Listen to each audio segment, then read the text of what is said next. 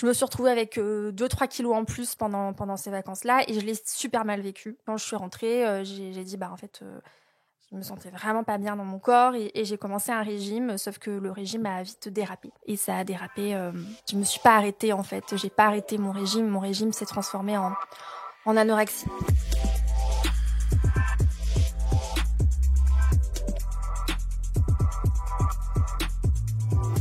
Bonjour à toutes et à tous, bienvenue dans cet épisode 45 de Dans la Poire. Dans la Poire, c'est le premier podcast francophone pour en apprendre plus sur la nutrition et apaiser son rapport à l'alimentation sans se prendre la tête.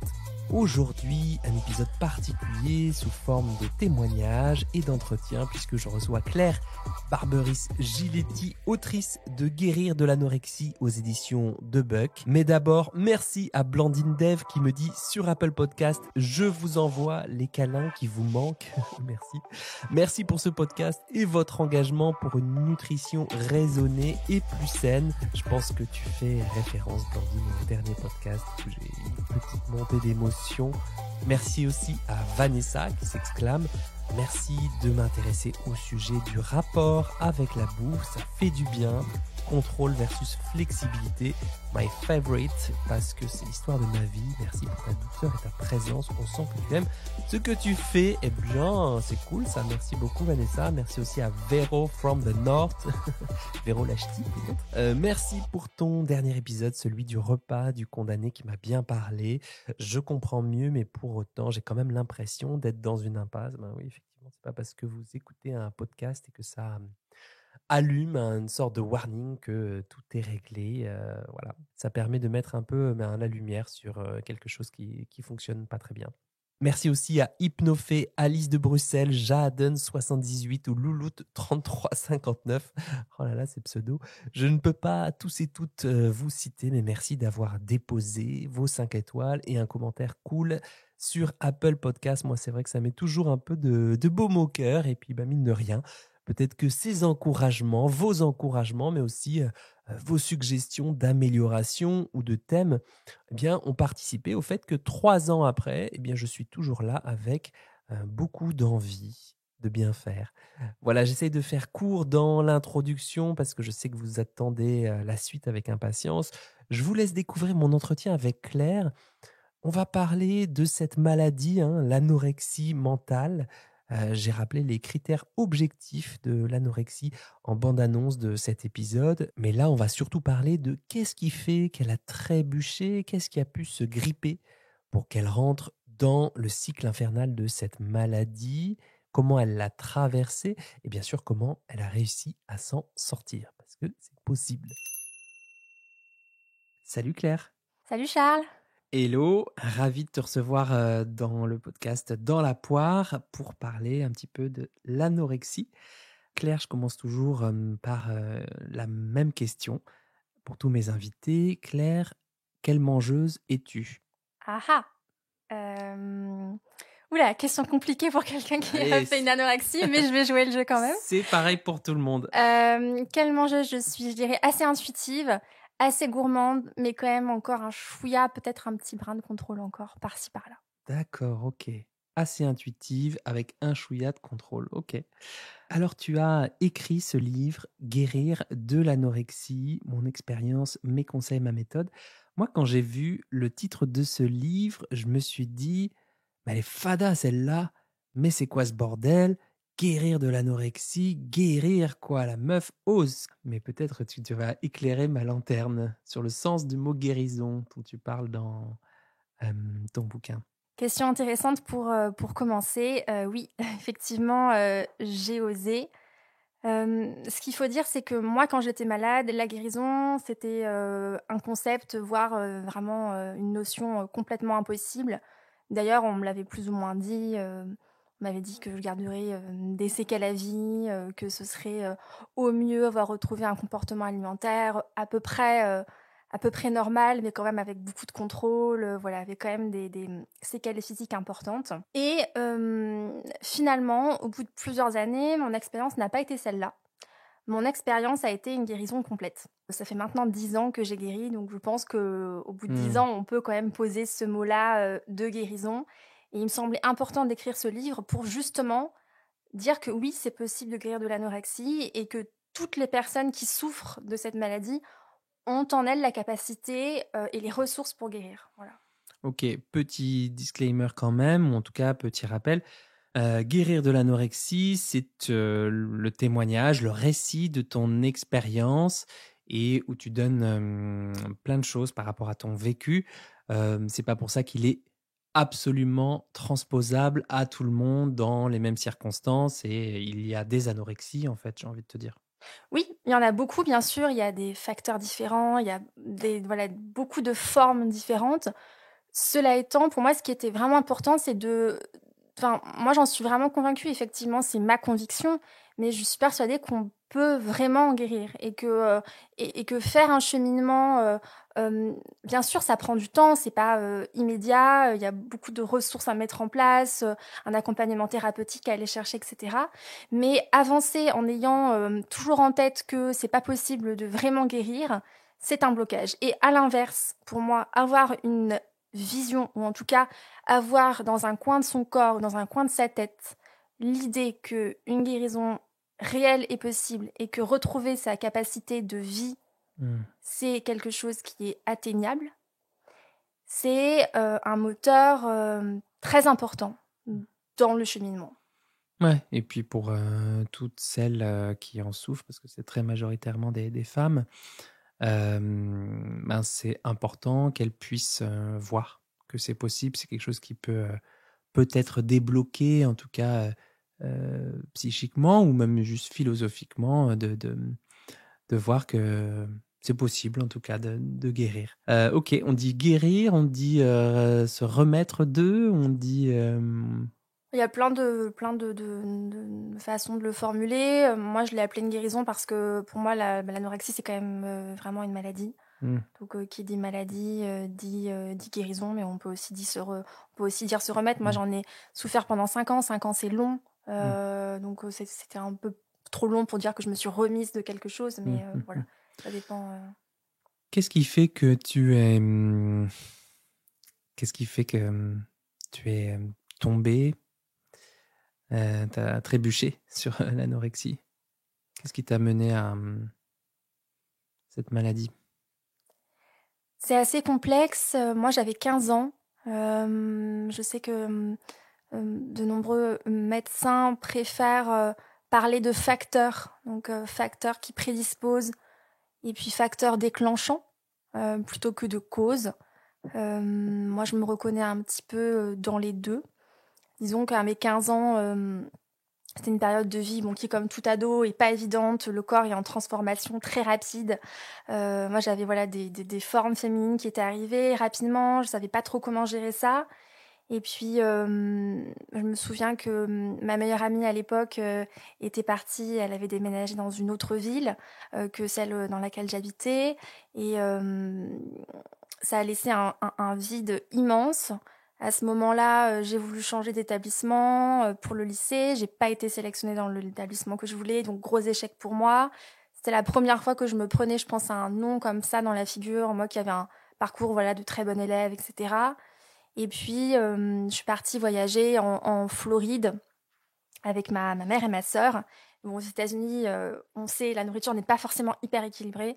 Je me suis retrouvée avec 2-3 kilos en plus pendant ces vacances-là et je l'ai super mal vécu, très mal vécu. Et quand je suis rentrée, j'ai dit, bah en fait, je me sentais vraiment pas bien dans mon corps et j'ai commencé un régime, sauf que le régime a vite dérapé. Et ça a dérapé. Je me suis pas arrêtée en fait. J'ai pas arrêté mon régime. Mon régime s'est transformé en anorexie. Ça, c'est pour un peu les facteurs déclenchants. Après, il y avait quand même des facteurs qui, moi, me prédisposaient. Je suis une fille, enfin une femme. Je viens d'un pays développé. Donc ça, c'est aussi un facteur quand même important. Manque de confiance en soi, perfectionniste. J'ai aussi j'ai grandi dans une famille où voilà, on faisait quand même très attention à ce qu'on mangeait. Il y avait voilà une culture du corps mince qui était quand même présente. Et voilà, tout ça s'est un peu aggloméré et a fait qu'à un moment donné, il y avait beaucoup de mal-être qui était stocké, il fallait que ça sorte et donc c'est sorti par une anorexie. Quand tu dis ouais, mon régime, je me suis pas arrêté, est-ce que ça veut dire que tu as entamé un régime en mode faut que je fasse quelque chose, faut qu'il se passe quelque chose, faut que je perde ces quelques kilos. Donc, petit message, le fait de faire un régime, c'est vraiment quelque chose qui on peut vite se prendre les pieds dans le tapis quand même. Petit message à celles et ceux qui nous écoutent, hein, ça peut partir d'un truc un peu anodin. Qu'est-ce qui s'est passé? Tu as perdu peut-être ces 2-3 kilos et dans le même temps, tu restais insatisfaite au niveau de l'image corporelle, c'est ça? Alors oui, c'est ça, mais c'est ça et c'était au-delà. C'est-à-dire que, mon envie de perdre du poids, elle était au-delà de l'image corporelle. C'était pas tant l'image corporelle à ce moment-là, c'était vraiment une sensation de mal-être profond, de mal-être dans mon corps. Mmh. Et le fait de contrôler et le fait de maigrir me permettait quelque part, je pense, de gérer ce mal-être. Et donc une fois que j'ai perdu mes 2 ou 3 kilos, le mal-être était toujours là, rien n'avait changé, j'étais même pas consciente de ce qui se passait vraiment. Donc il fallait enfin je ne pouvais pas ne pas je ne pouvais pas ne pas contrôler mon alimentation en fait. C'était que j'étais devenue quelque part accro au contrôle et toute mon attention était focalisée sur perdre du poids.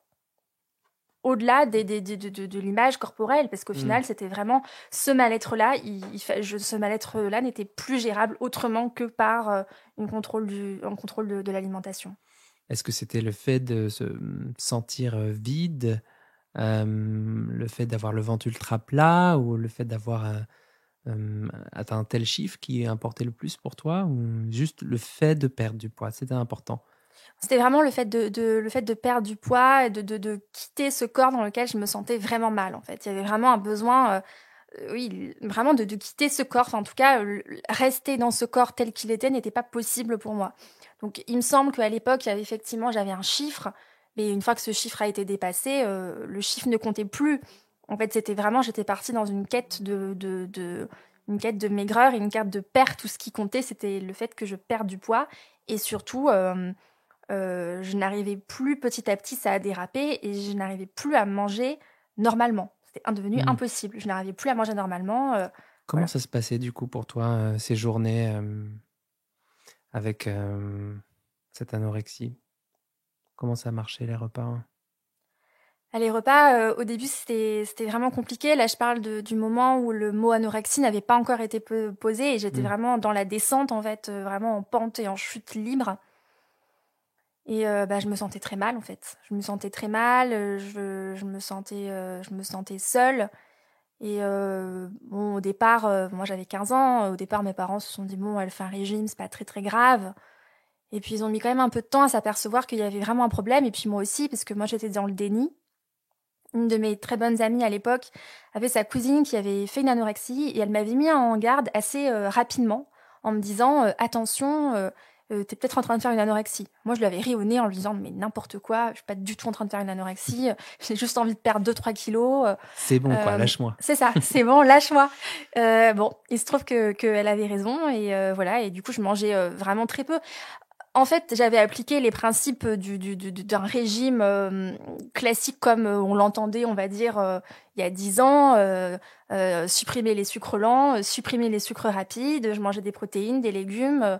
Enfin, si on fait ça et qu'on s'y tient, on perd très rapidement du poids. Enfin, Ouais, c'est une stratégie court-termiste, mais eh oui, les ouais, court-termistes, mais elles fonctionnent très très bien, OK. malheureusement. Elle est juste intenable. Elle est juste intenable, exactement. Elle est intenable et moi, ça a débouché sur, sur une anorexie, quoi.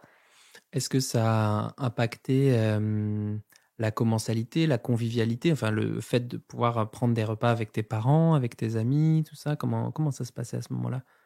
Avec mes amis, ça allait encore à peu près à cette période-là et avec mes parents, je m'arrangeais un petit peu mais assez vite, c'est devenu très compliqué effectivement parce que je me mettais même à pleurer, en fait, pendant les repas, je me souviens encore d'un repas où ma mère mettait une tranche de viande devant mon assiette et je me suis mis à exploser, enfin, j'ai explosé en sanglots parce que c'était impossible pour moi, je ne pouvais plus manger. Donc là, mes parents se sont vite rendus compte quand même qu'après ça, qu'il y avait un problème, quoi. J'étais plus capable de manger correctement et voilà, après il y avait vraiment une incapacité et effectivement ça a pesé, beaucoup sur, l'ambiance, dans au cours des repas, pour ma famille et puis après aussi pour mes amis, ce qui était difficile, c'est que enfin ce qui est très compliqué avec l'anorexie, c'est que ça fait aussi beaucoup le vide. le vide autour de soi, parce que forcément en France surtout, le repas c'est un moment où on se retrouve, où on partage, etc. Et quand on refuse une invitation à déjeuner, une invitation à dîner, qu'on n'est plus capable d'aller à une soirée ou même prendre un goûter avec des amis à 15-16 ans, on se retrouve vite assez seul en fait. Et donc Mmh. voilà, ça a été aussi une traversée en solitaire, on va dire, à ce moment-là, quoi. Ouais, donc isolement, on retrouve ça et stratagème par rapport au repas, par rapport angoisse préprandiale, angoisse postprandiale, avant, après les repas, pour se dire que oh là là, comment on va s'en sortir de ces apéros, de ce repas, qu'est-ce qu'on va faire, comment on va faire en fait pour maintenir notre stratégie de perte de poids, quoi. Et il y a que ça qui compte en fait à ce moment-là dans ta tête. Ouais, exactement. Oui, il y a vraiment que ça qui compte. Tout le reste était devenu secondaire. Bon, je continue à travailler à l'école, hein, je m'étais aussi vraiment focalisée sur ça, donc j'avais des résultats qui étaient vraiment très bons. Enfin, j'étais vraiment ultra focus sur ça. Mais à part ça, j'étais vraiment toute mon attention était concentrée sur l'alimentation, quoi. Mm. Les notes et le poids, Oui, qui est c'est ça. aussi un chiffre. Oui. Exactement. Ok. Est-ce qu'il y avait d'autres sphères d'investissement de ta vie qui ont été un petit peu impactées? Je sais pas, le sport, la musique, d'autres, ou si t'en faisais? Pas tant que ça, pas tant que ça. Je crois que j'avais pas forcément repris d'activité scolaire. Après le sport, le sport à l'école, d'un moment donné, enfin au lycée, j'ai plus pu en faire. Parce que donc quand je suis allée voir un médecin, le médecin à un moment donné jugeait que j'étais dans un état physique trop faible pour faire une activité sportive. Donc ça, c'est complètement aussi passé à la trappe. À partir de quel moment t'as cessé d'être dans le déni et que t'as vu que t'avais un problème? Je pense que c'est allé en même temps que la prise de conscience de mes parents, je pense. En tout cas, c'est eux qui aussi m'ont aidée. Je suis allée voir, donc j'ai été prise en charge à un moment donné par mon médecin, déjà médecin de famille, Mhm. qui me disait qu'il fallait que je reprenne du poids, etc. Sauf que bien sûr, je n'en reprenais pas. Et au bout d'un moment donné, ma médecin de famille m'a dit, écoute, moi je peux plus gérer ça, il faut que tu ailles voir un spécialiste. Donc je suis allée au centre Jean Abadie à Bordeaux, l'unité troubles du comportement alimentaire, et je suis allée voir la psychiatre. Et là, elle a été très claire, hein, elle a posé le diagnostic anorexie. Et ce qu'il faut dire aussi à ce moment-là, c'est que en même temps que l'anorexie, j'ai fait une grosse dépression. Donc les deux vont pas forcément de pair, mais il y a souvent des troubles anxio-dépressifs. Moi, j'ai fait vraiment les deux en même temps. Et bon, à un moment donné, effectivement, j'ai dû admettre que oui, il y avait un problème et que de toute manière, je n'arrivais plus à manger, quoi. Donc là, la réalité me le montrait, et je pense que ça a été important déjà d'admettre que oui, je souffrais d'anorexie et que c'était une maladie. Et ça, j'ai mis un peu de temps avant de le comprendre, mais c'est important de comprendre que c'est une maladie parce que il y a beaucoup de choses qui sont altérées justement avec ce trouble-là, Mhm. des fonctions pour se lier aux autres, mais aussi juste la capacité à pouvoir prendre Mhm. soin de soi, c'est dur à dire, voilà, qui est entravé, quoi. Ouais, ce qu'on oublie, c'est qu'effectivement, tant que le cerveau n'est pas nourri, voire renutri plutôt, eh bien, on a une difficulté à prendre des décisions. On a une difficulté de mémorisation, on a des difficultés pour se voir, pour percevoir la vie, pour remonter la pente. Et tout notre cerveau est tendu vers cet objectif de perte de poids et de faut que je perde, faut que je perde, faut que je perde, quoi, en mode tonneau des Danaïdes, quoi. On y va, il y a toujours plus profond que le fond, on y va, on y va. C'est ça qui est le plus important par rapport au reste. Et manger est devenu le problème alors qu'avant, manger était la solution. Tant qu'on remange pas, tant qu'on renourrit pas l'ensemble de notre corps, de nos cellules, mais là, pour le coup, de tous nos circuits neuronaux, on ne peut plus penser avec discernement. Tu parles de discernement dans ton livre. Mmh. Ouais, et ça, je l'ai vraiment vu quand donc bien plus tard dans mon parcours de guérison, quand j'ai recommencé à diversifier mon alimentation et à manger en quantité suffisante. C'est assez incroyable de voir la capacité de récupération du corps et surtout de récupération des fonctions cognitives, quoi. C'est-à-dire que le mental, le moral remonte quand même assez rapidement. La chute de cheveux s'arrête. Enfin, vraiment, il y a tout enfin, moi, mon niveau d'énergie que j'avais au moment de la guérison n'avait rien à voir avec ce que je vivais pendant l'anorexie, où j'étais constamment épuisée, constamment à plat. Et puis aussi, ce qui était très compliqué et qui est assez peu... Enfin, c'est peu connu on va dire du grand public, des gens qui connaissent pas cette maladie, c'est le froid. Vraiment, un froid terrible, un froid vraiment indescriptible, vraiment très, très, très, très froid, parce que je pense que le corps n'a plus assez de nutriments pour se nourrir. Et même Et moi, pour je me chauffer, quoi. souviens, ouais, pour se chauffer, et même en prenant des douches hyper chaudes, avec des chaussettes et tout, j'avais un froid terrible, quoi. Et là, quand on recommence à manger, on voit que le froid aussi s'estompe, voilà. Tout ça qui revient, quoi. Le corps brûle des bûches parce qu'il en a à nouveau. Mm. Ok, il fournit l'énergie. Est-ce que tu peux un peu nous parler Est-ce que tu peux nous parler de ton parcours, du coup, qui t'a mené, un parcours de prise en charge d'abord, avant de parler de guérison? Alors, par contre, de prise en charge, il a été long.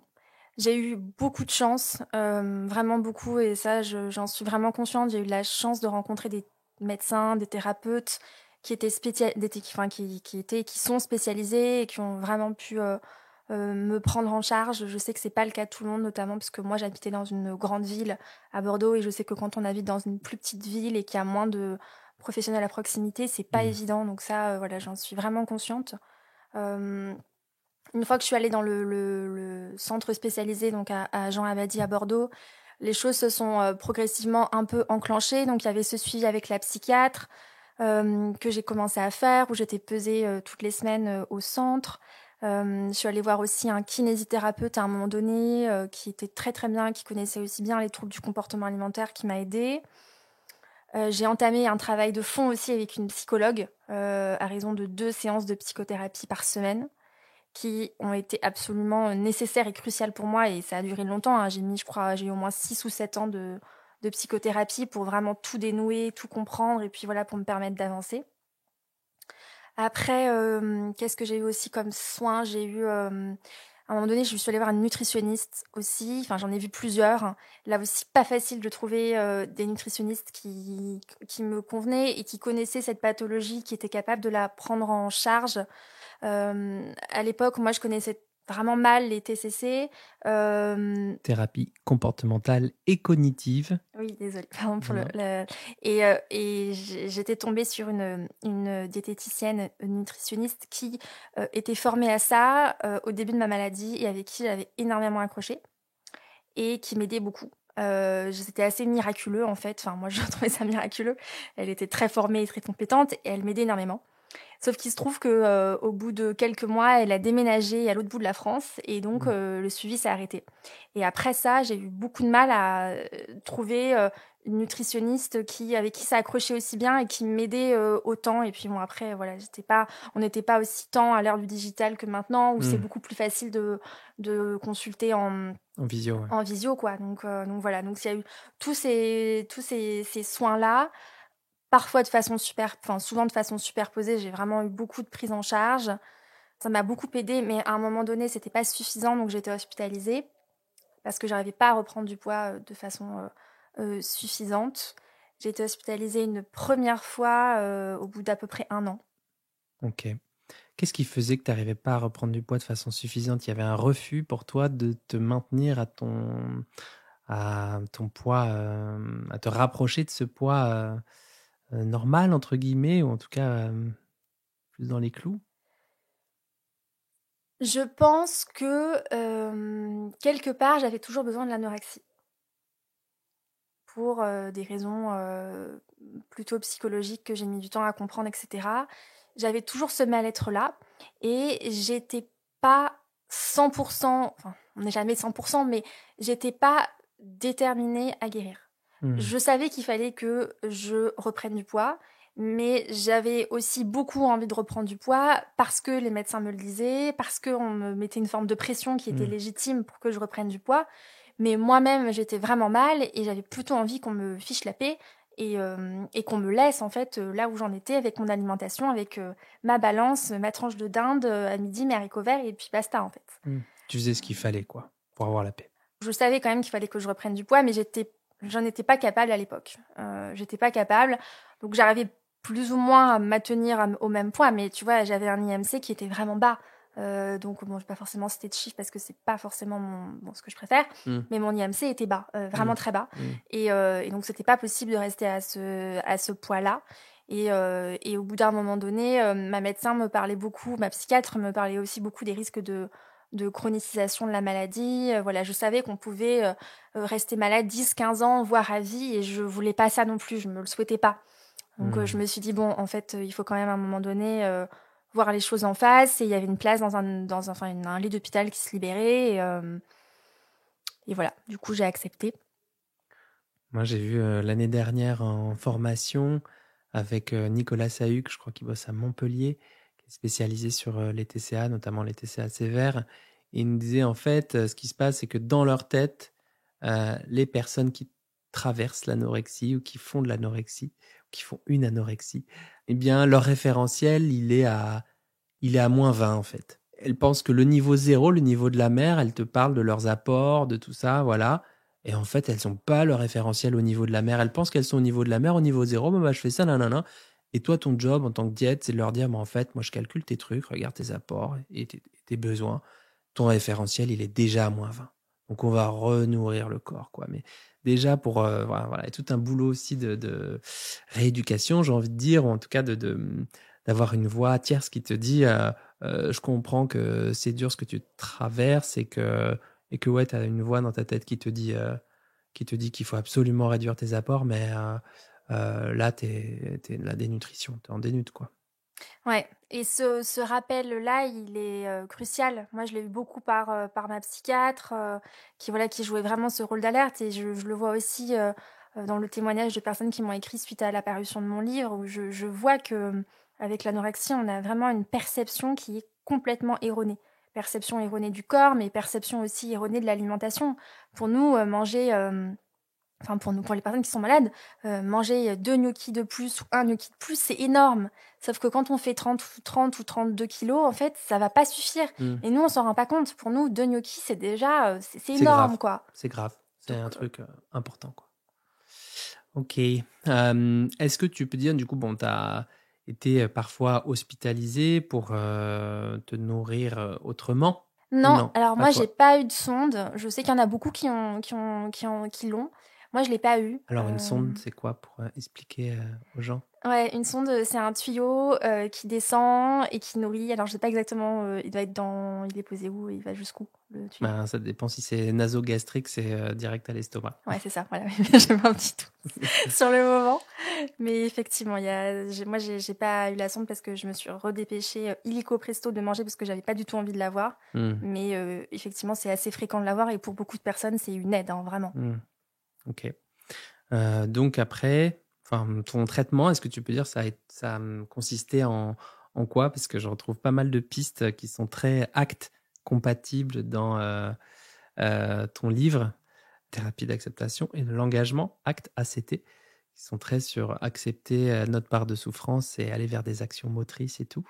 Mais bon, j'imagine que d'abord, ils ont dû stabiliser la physiologie, remanger, reboire, enfin, remettre le corps à l'équilibre, c'est ça? Ouais, exactement. Pendant l'hospitalisation, elle a duré 3 mois et demi, 4 mois, je crois. Et il y avait effectivement des plateaux repas à manger, et puis tout un suivi avec une nutritionniste, avec voilà, des psychologues, etc. Et ça m'a permis de retrouver des repères alimentaires à peu près normaux que j'avais pas, en fait, que j'avais plus ou que j'avais même d'ailleurs pas eu complètement. On m'a dit, bon, c'était très schématisé, hein, mais on me disait, voilà, ça c'est un plateau et ces 3 plateaux-là, donc petit-déj, déjeuner et dîner, c'est à peu près un apport calorique normal. Voilà. Et ça m'a vraiment donné des repères en tête qui ont été très utiles pour la suite. Donc je suis sortie de l'hôpital au bout de 4 mois, enfin 3 mois et demi, 4 mois. J'avais repris pas mal de kilos. J'étais à un poids qui n'était pas encore un poids normal, mais qui était quand même un poids largement correct, on va dire, largement correct. Et je me sentais beaucoup mieux, vraiment beaucoup mieux. Après, ce qu'il faut dire aussi, c'est que pour moi, cette hospitalisation, elle n'a pas suffi. Elle a été vraiment importante et je la regrette pas du tout et elle m'a vraiment beaucoup apporté. Pour moi, ça a été qu'une étape dans la guérison. Pour certaines personnes, c'est voilà une étape finale. Pour moi, c'était pas l'étape finale parce que il y avait encore d'autres choses à régler, voilà, qui n'étaient pas encore réglées.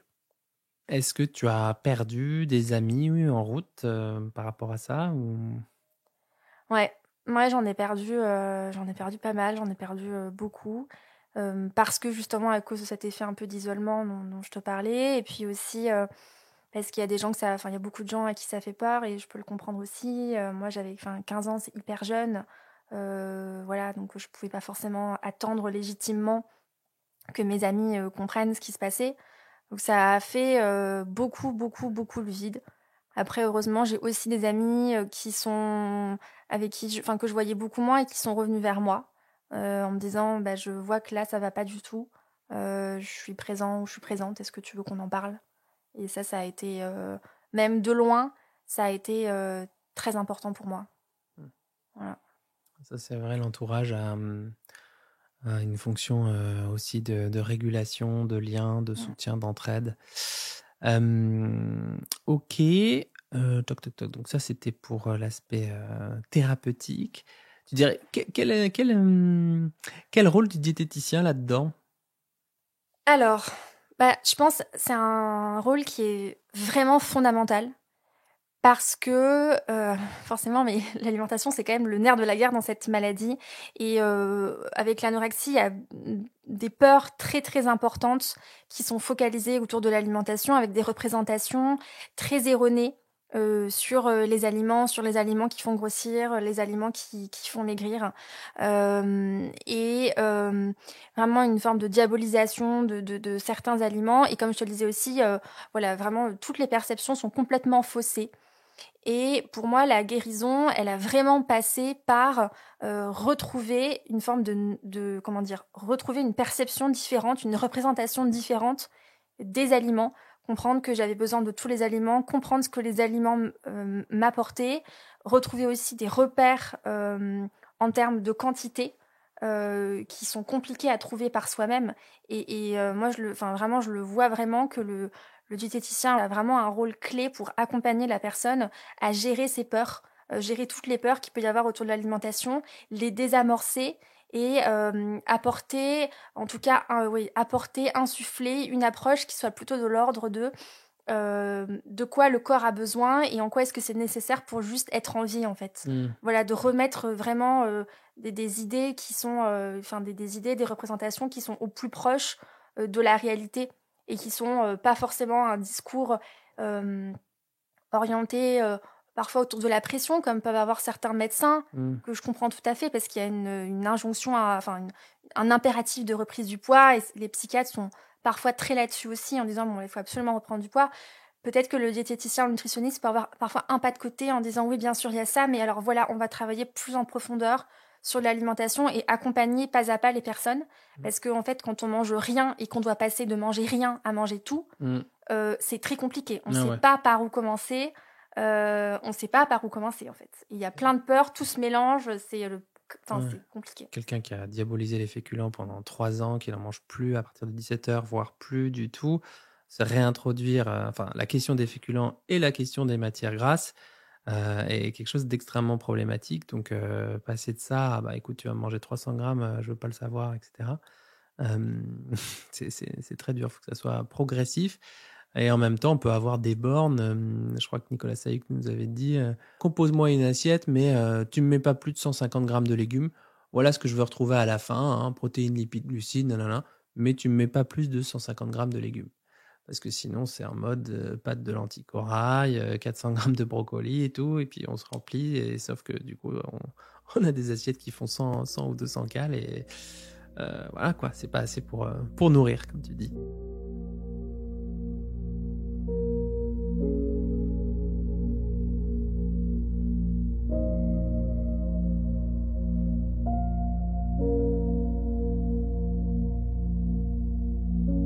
Alors moi, je retiens dans cette dernière partie de l'entretien avec Claire, bien la question du lien, des soutiens que l'on peut trouver lors de cette traversée douloureuse, de ne pas perdre la relation à l'autre, le lien d'entraide qui peut exister entre les humains. Je vous laisse dans cette première partie d'épisode avec un poème d'André Chédid, qui fut une poétesse du XXe siècle, Elle fut aussi la maman de Louis Chédid et donc la grand-mère du chanteur M. Mais je retiens surtout que son œuvre est traversée par la question des liens que l'humain entretient avec le monde.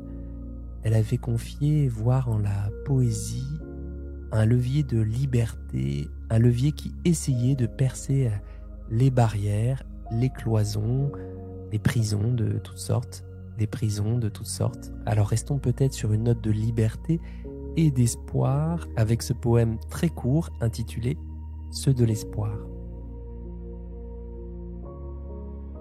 Attisés par le chant, ils échappent à l'aimantation. Des sols et des couteaux, émergeant des abris taciturnes, ils apprivoisent l'horizon, se libèrent des mots flétris, quittent les ornières du soupçon, l'avenir cédant à l'espérance, leur rêve engrainera le réel. Leur rêve engrainera le réel. Leur rêve engrainera le réel. Eh bien, c'est ce que je souhaite à toutes celles et ceux qui traversent l'anorexie mentale, mais aussi toutes celles et ceux qui sont coincés dans le cycle infernal des régimes, eh bien, d'engrainer un autre réel. Je vous souhaite un bon appétit de vivre. On se retrouve prochainement pour la deuxième partie de cet épisode et à très vite pour un nouvel épisode de Dans la poire.